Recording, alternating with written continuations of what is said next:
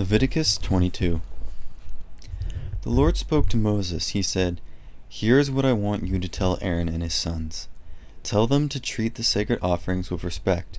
They are the offerings the people of Israel set apart to honor me. So Aaron and his sons must never treat my name as if it were not holy. I am the Lord.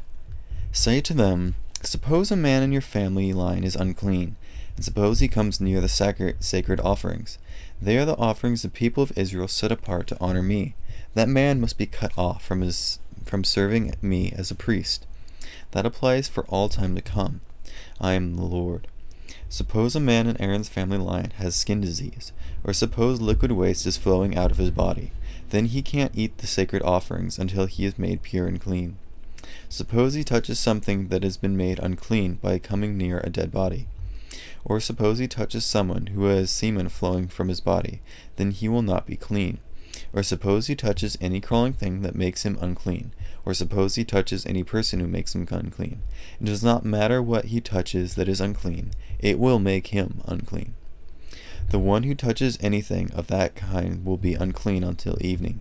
He must not eat any of the sacred offerings unless he has taken a bath. Then when the sun goes down, he will be clean.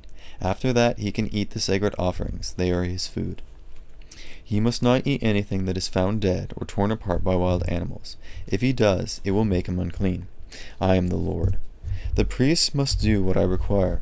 But suppose they make fun of what I require, then they will become guilty and die. I am the Lord. I make them holy. Only a member of a priest's family can eat the sacred offering. The guest of a priest can't eat it. A priest's hired worker can't eat it either.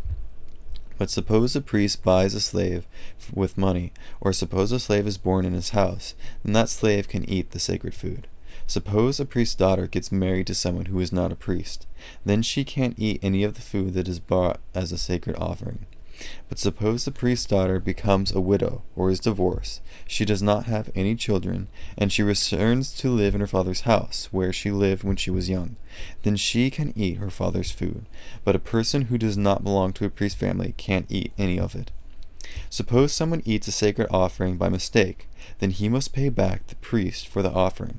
He must also add a fifth of its value to it. The priest must not allow the sacred offerings to become unclean. They are the offerings the people of Israel bring to me. The priest must not allow the offerings to become unclean by letting the people eat them. If they do, they will bring guilt on the people. They will have to pay for what they have done. I am the Lord. I make them holy.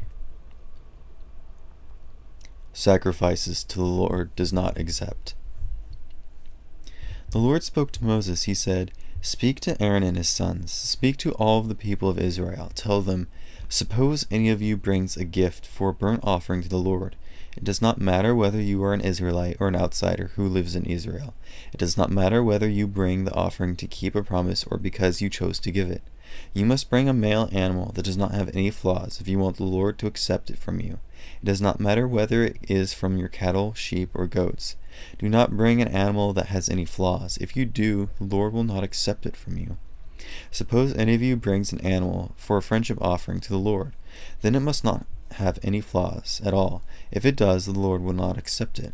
It does not matter whether the animal is from your herd or your flock. It does not matter whether you bring it to keep a promise or because you chose to give it. Do not offer a blind animal to the Lord. Do not bring an animal that is hurt or wounded. And do not offer one that has warts or boils or running sores. Do not place any of them on the altar as an offering that is made to the Lord with fire. But suppose you bring an offering you choose to give. Then you can bring an ox or a sheep whose body is twisted or too small, but the Lord will not accept it if you offer it to keep a promise. You must not offer the Lord a male animal whose sex glands have been hurt. The glands also must not be crushed, torn, or cut. You must not offer that kind of animal in your own land. And you must not accept that kind of animal from someone who comes from another land. You must not offer it as food for your God. He will not accept it from you. Its body is twisted and has flaws. The Lord spoke to Moses. He said, "When a calf, lamb, or goat is born, it must remain with its mother for 7 days. For the 8th day on, I will accept it as an offering that is made to me with fire. Do not kill a cow and its calf on the same day. Do not kill a female sheep and its lamb on the same day. Sacrifice a thank offering to me in the right way, then I will accept it from you. You must eat it that same day. Do not leave any of it until morning. I am the Lord. Obey my commands. Follow them.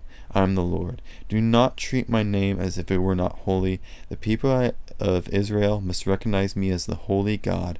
I am the Lord. I make you holy. I brought you out of Egypt to be your God. I am the Lord.